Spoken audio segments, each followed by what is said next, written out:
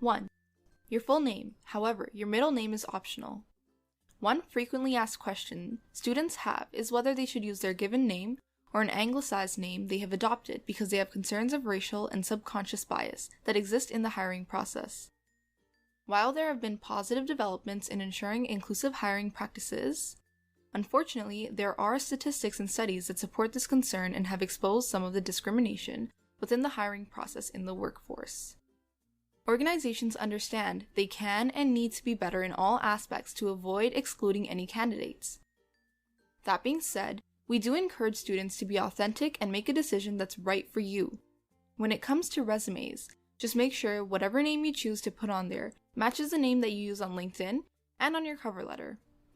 If you feel like you aren't getting as many responses as you'd like and you think it's because of your name, then feel free to change it and see if the amount of responses you receive changes. You don't have to commit to one or the other, so the decision is yours in terms of what name you choose to use.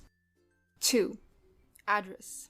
These days, you don't need to include it in the resume header, but you may want to consider adding the city and province of residence.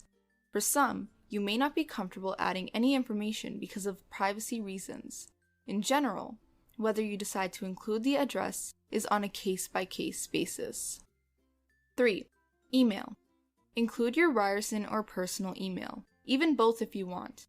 Whatever you choose, just make sure you stay on top of your inbox. 4. Phone number. Add the primary number someone can reach you at, but please make sure you have a voicemail set up. 5. Website links.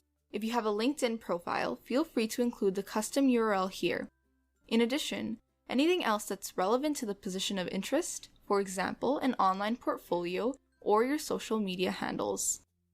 For more information or further tips and tricks, visit us at the Career and Co-op Center. Feel free to attend one of our many workshops or even make a one-to-one appointment with our consultants.